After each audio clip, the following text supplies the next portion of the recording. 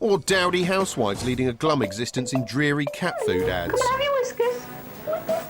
What a beautiful breath. That cat's dead now.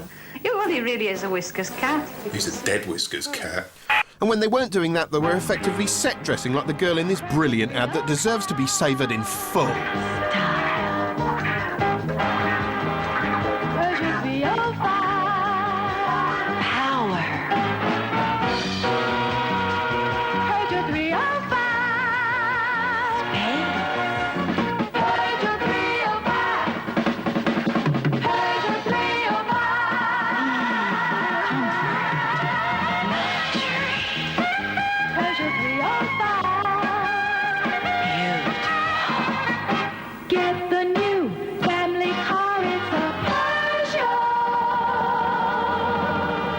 But social attitudes changed, Adland's ladies changed with them. Suddenly they weren't going to take any more crap from disgusting men. What's for supper? Instead, they demanded respect. R-E-S-P-E-C-T. Subtly and on the soundtrack.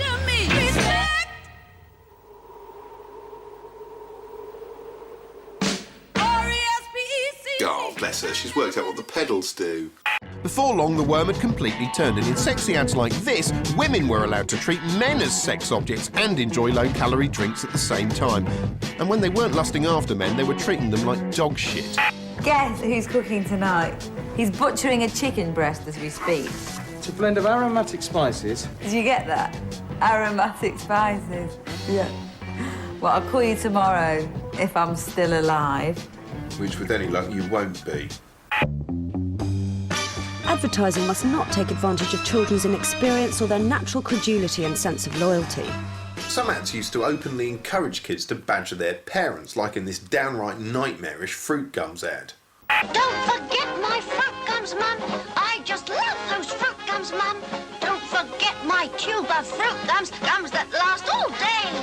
Don't forget the Fruit Gums, Mum. Yeah, pick 'em up on your way back from the therapist. Today, obvious appeals to pester power are a no-no, but they're not really necessary, to be honest, because when you're a kid, you just instinctively want whatever's being advertised, like you've been programmed. I mean, I can remember when I was 4, I desperately wanted some of these. And look how rubbish they are. They were just a load of pink blobs of vaguely human-shaped plastic that wobbled and didn't fall down. But I never got them, and in many ways, my life has never recovered, and that's why I live like this.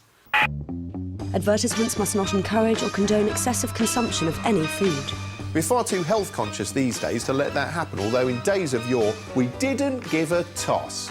Caroline Jeffries and Valerie Whiteman are disco birds. In the artery-hardening past, fattening snack foods were promoted as though they were an essential part of the swinging lifestyle. On the go, all the time. With Mars bars backing them all the way.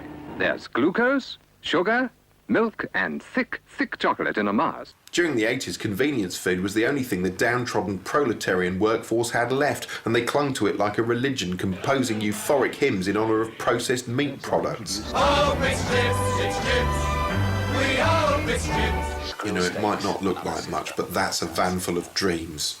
Today we're all glum health fascists though, and snack food advertising is generally frowned upon. As a result, current ads for not especially slimline foods scarcely mention the product. They're not even ads at all, but branded entertainment which attempts to convey a vague sense of somethingness about the food, but largely seems to exist in order to give toe-brained cretins something to repeatedly call genius within earshot while you sit staring at a monitor in your cell of an office fighting off overwhelming waves of sorrow and rage without ever letting them register on your face, not even for a second.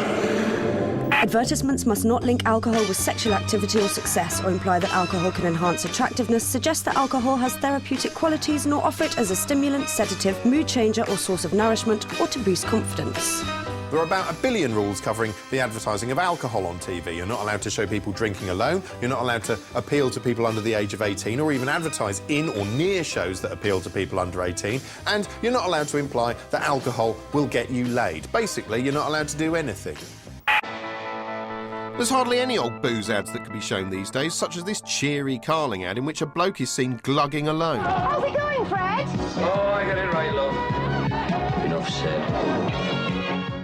Or the famously leery Hoffmeister ads featuring George the Bear, whose cuddly laddishness might appeal to children. Even sophisticated liqueur ads like this are out thanks to their delicious air of sexual tension. Delicious. Just like you. That's why the trend in recent years has been for ads which represent the drink in different artsy and oblique ways.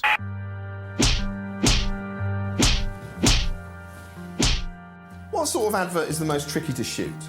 Cars are always a pain because it's all about getting low, sexy, sleek-looking shots of cars, the hot metal factor. There are guys who just shoot cars and make a lot of money doing it. You know that shot in pizza ads where the slice of pizza is pulled from the pie and the melted cheese snakes out in long, stringy tendrils? It's called a cheese pull, and there's one guy in the world who does all of them. He's the cheese pull man. He's as rich as Croesus, and he races cars in his spare time. That's what you can get if you're prepared to spend your life making melted cheese look sexy. You all right? Oh, sorry, no, it's just you've really depressed me. Sorry. That's better. So what's the future for advertising? No one knows. In terms of uncertainty, it's where the music industry was 3 years ago. New media's come along and blown all the old models apart. They're all shitting themselves, basically, because the internet and Sky Plus has done a lot to empower consumers. If they don't like an ad, they just skip it. Even 10 years ago, you had a captive audience during the commercial break. Not anymore. Well, we're going to take a short break now for some poetry with Tim Key. Declan and Lynn were watching the ads and tutting. They were largely tutting because the ads were mainly for children's products. And in brackets, coming up to Christmas. Just giving you an idea of when this poem is set. One example would be that they were tutting when there was an advert for a child's remote-controlled toy who had eyes that lit up. At one point, Lynn muttered, "Fucking cynical, innit?" And Declan nodded. And then Declan knocked his squash over, so their dad, Aaron, came in. And Lynn, so they're both children. Declan and Lynn are both children, which we didn't sort of reveal. And Lynn pointed her podgy little hand at the goggle box, and Declan did his big brown doleful eyes act. And their dad, Aaron, started buying things online. Despicable.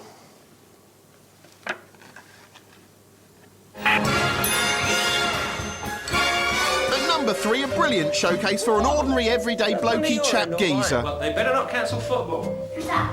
Mike, a picture. I'm sorting out the loan. At Picture, we don't fuss or patronise. We know what we're doing. Really?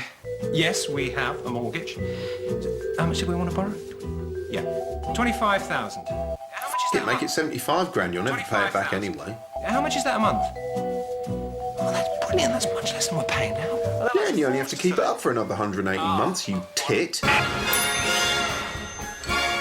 And number 2, a cheapo ad that sullies mankind's hitherto spotless reputation. On an episode of Cribs and a bathroom I can play baseball in, and a king-size tub big enough for 10 plus me. For what you need. Don't know about you, but I'm really glad to be alive. And at number 1, the continuing epic romance gets bogged down in chit-chat. If this were a restaurant, they'd be putting chairs on tables about now. And I'd be asking you back to my place for coffee. Stop talking about coffee and start f***ing. I'm on the first flight to Milan in the morning. That's terrible. Why? They don't serve cold blend in Milan. I've had enough of this. Look, I think she's gonna f*** you. You may be right. So why are you banging on about coffee the whole time? It's my job. Yeah, well, sod that. The pair of you should be not going on about... Our tasting coffee. Oh. Oh, all right. Hello. All right, look, yeah, if you don't f*** her, I'm going to come round and f*** you now. So, in summary, what have we learned? Well, on the one hand, advertising is nothing but a glitzy shell around a puff of air. It's a tapestry of pointless dreams, a brainworm cynically designed to chew its way through your common sense. It's 5 times worse than the Nazis. And on the other hand, well,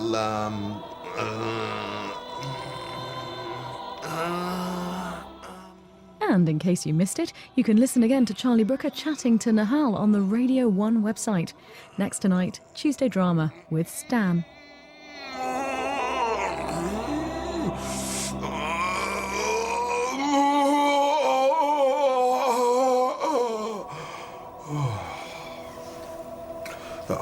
Advertising, who cares?